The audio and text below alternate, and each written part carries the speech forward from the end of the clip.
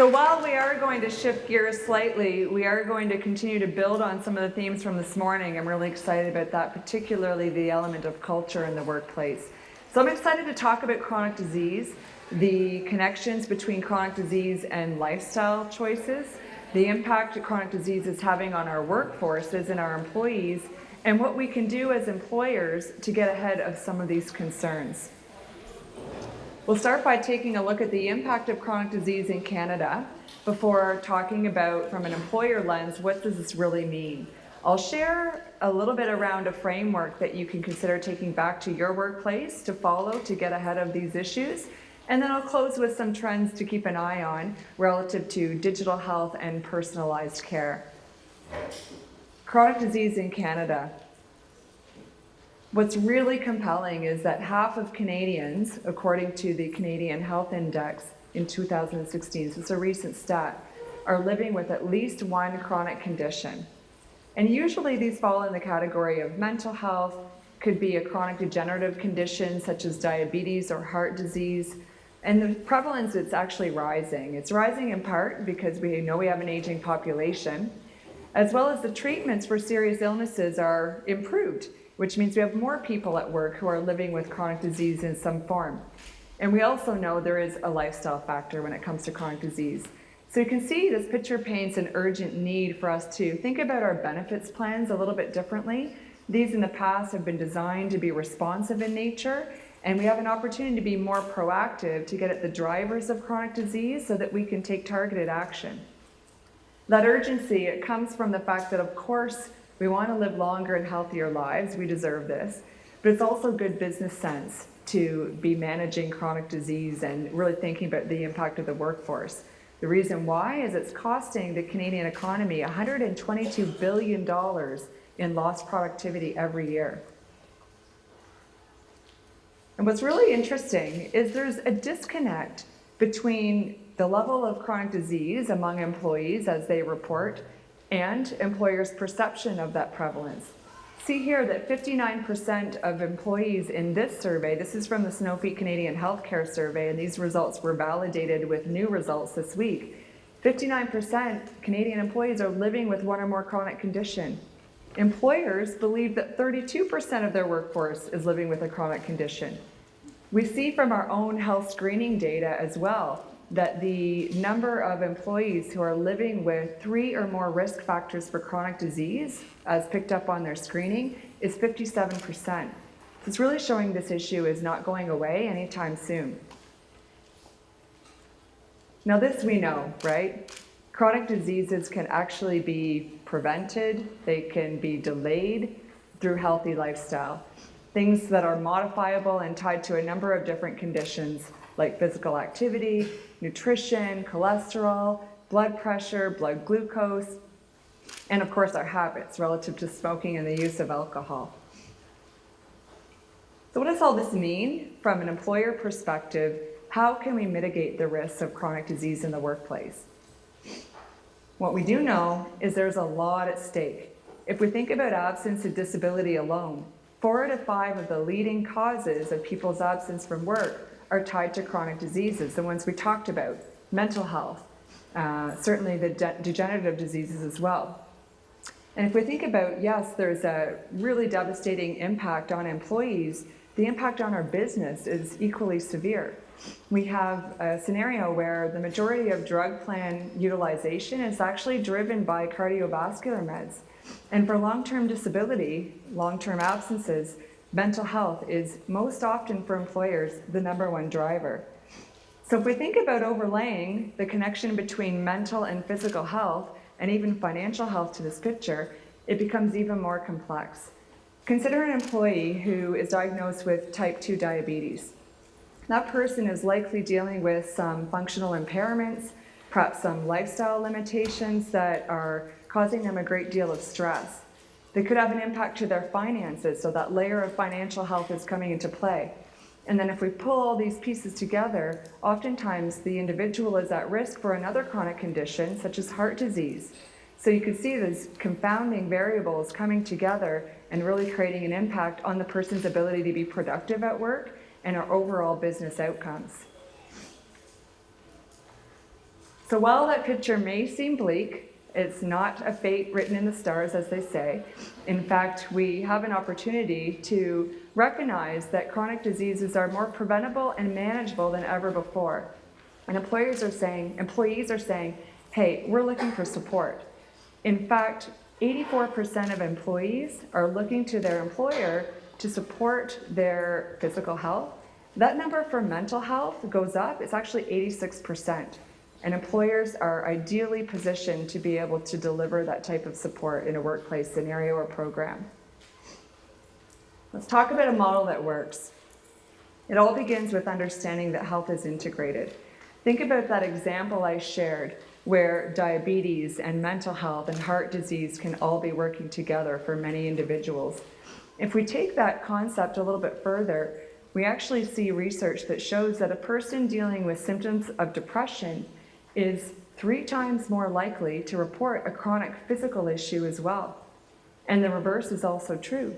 Someone with a chronic physical condition is twice as likely to develop a mood disorder or an anxiety disorder. So you can see the interplay there. And then, as I say, a growing body of evidence citing that financial health is very connected. Think about our money management, our ability to have a budget, our retirement savings, our debt.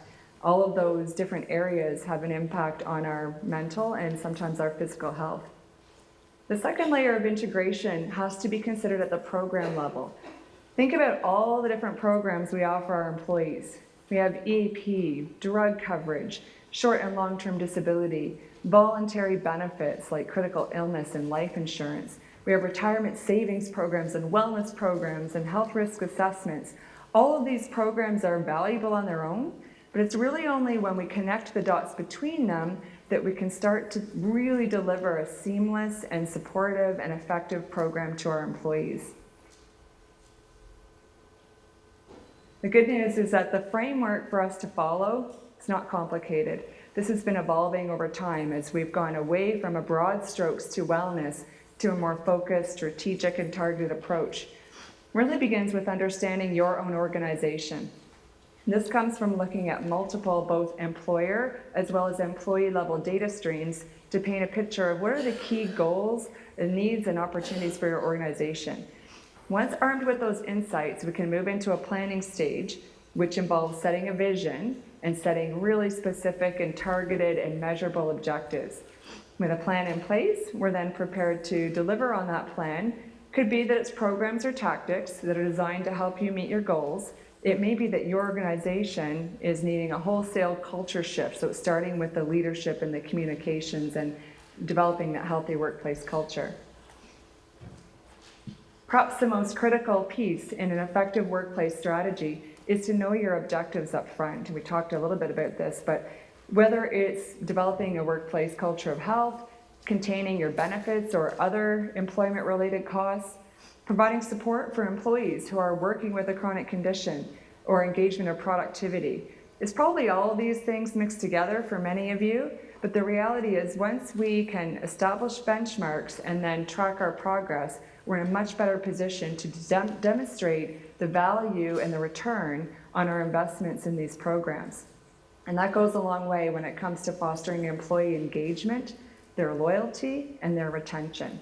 We know from a generational perspective that employees, especially in the millennial generation, these are table stakes, many of these programs.